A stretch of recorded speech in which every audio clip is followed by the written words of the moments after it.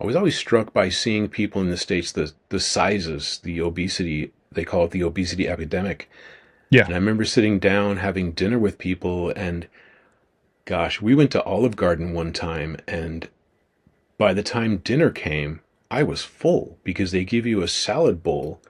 And I thought the salad bowl was for the whole table. They give you a salad bowl it looks like a cookie bowl. Wow. And I said, "Oh, can we get a plate?" Because in Japan they give you one big dish, and then everybody gets their torizara, right? You get your small plate. And I was looking around, and they gave each person a salad bowl that was must have been two heads of lettuce. Yeah. And then they There's so bring many out things just about, if you want to talk about weight and like, yeah, it's really weird. I came to Japan. The first meal I had was sukiyaki. I can remember it very well, and I remember Japanese people just gobbling it up, and drinking at the same time, and me thinking, holy shit, these little people. Because when you first get there, you're like, wow, everybody's so slender. Everybody's so smaller than fat old me. What's going on here? And you see them just put away the food. And you've seen probably Kobayashi, the hot dog eating champion. I'm sure that's old news mm-hmm, by now. yep, Nowadays, when you watch Japanese TV, there's this group of ladies that just I don't know any of their names. I'm sorry, but a lot of times I'll see the Ogui champions on TV, and it's like ladies, and they just put away the food, and they're not, mm-hmm, they're petite. yep, So there's this contradiction of like, how can people so small put away so much food? And mm-hmm, how can people who eat so many carbs remain thin? Because a lot mm-hmm, of, what we learn in the West is that, carb intolerance, I suppose, is what's mm-hmm, responsible for a lot of yeah, weight gain. So, yeah, I mean, there's a lot of walking. People walk in Tokyo like yeah, crazy. I'm sure you do as well. a lot. Um, yeah, there's that. Out here in the countryside, there's not so much walking. We have cars, especially out here in Nagano. It's a very, because of the mountainous terrain, I mean, there are some trains, but for the most part, you're getting around by like K truck, K car, or in my case, 2024 Toyota Velfire. Absolutely amazing. Highly recommended. 10 of 10. But we exercise in the rice fields. People are out there. You've got a plot. Our family has seven. Cutting grass like crazy the last few weeks in preparation for Obon. So you're moving and you're shaking. And I think a lot of that activity is actually why people can consume so much and Mm-hmm. stay so thin. Yeah, yeah. And back to this dinner, we finished these salads, and I'm stuffed. This is after living in Japan about 5 years, so I'm at the Is Olive this Garden in the recent? Did you go to States. the Olive Garden No, recently? Because I haven't been there in like no, no, 30 no. This years. is like, yeah, a long time ago. So when I was living in Japan and I went back to the States, went to Olive Garden, they give us this massive salad and breadsticks. The breadsticks just keep coming, right? And Yeah.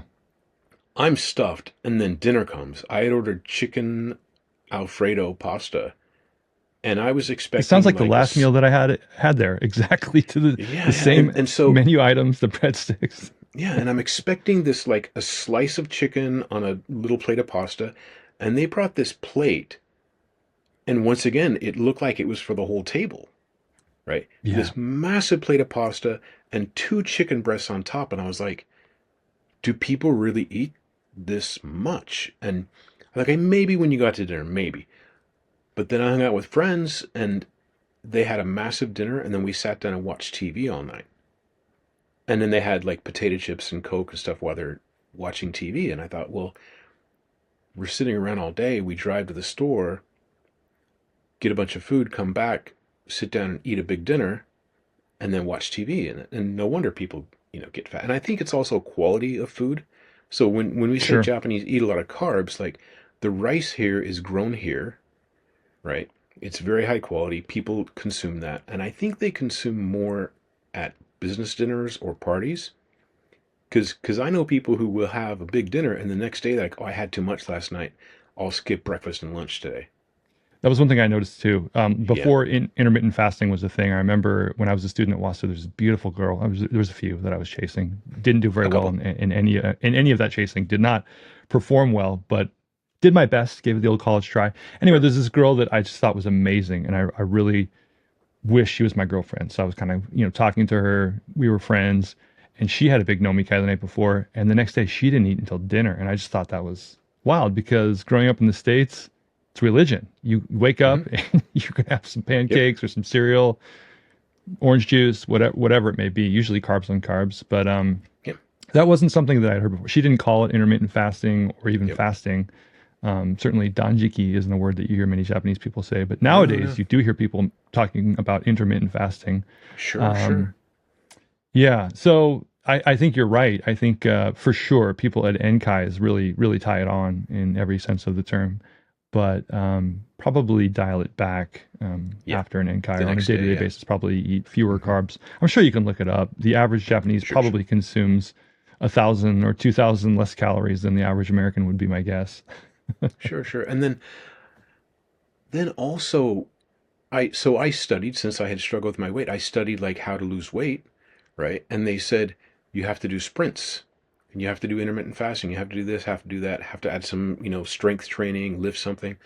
Yeah, And so I think about daily life in Tokyo and when the train is coming and you got 30 seconds to make it to the platform, you got to sprint. yeah, Or the bus is coming, you sprint, 100 meters to the bus. Well, that's also this, what do they call it, unsensible or insensible, like you don't recognize it that you're exercising, but you're sprinting 100 meters, mm, and that actually gets the heart rate going, and that actually helps people maintain weight. But if you ask a Japanese person, they might ride their bicycle to the station, yeah, and most Japanese people I know are always like a minute behind schedule. So they're sure, rushing to the train station on a bicycle, not one of these electronic assisted bicycles, but like a mamacharin where you actually have to pedal. They're sprinting to the station. They run up the stairs to catch the train. They're almost late to work, so they run across the street to get to work.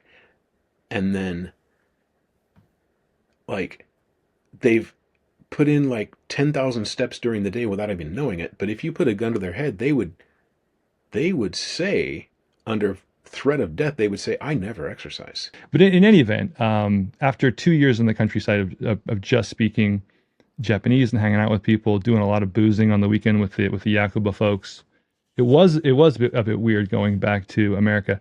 It's more weird now, or weirder. Yeah. I guess I've already forgotten my English teacher ways. It's weirder going back to the U.S. nowadays than it was after 2 or 3 years. I feel like I don't get shocked or anything anymore. I feel like I work for a U.S. IT firm. I have been for 7 years now, so I'm connected with the external world now more than I've ever been in Japan because of that. And I love working with my U.S. team. Uh, it's great. Like I absolutely love the people for the most part in America. There's just something fundamentally up about America, though. When I go back, it's hard not to notice it because things function so well in Japan that I Mm, think that is where there's a gap or a schism there where you're like, gosh, why can't America just? We've got this powerful economy. It's a dynamo in terms of. Some people refer to it as an empire. I don't know if we're out there colonizing places anymore, but it's a huge dynamic country that largely perceived to be the most powerful country in the world, and yet they can't get their shit together. And when you go back, it's blatantly obvious after you've lived out of the United States for a while just how dysfunctional it is, despite mhm. how cool the people are. Yeah. I don't understand why that is the case. Hey, if you enjoyed that clip, you can watch the full podcast right up here, or you can see some more clips right about here.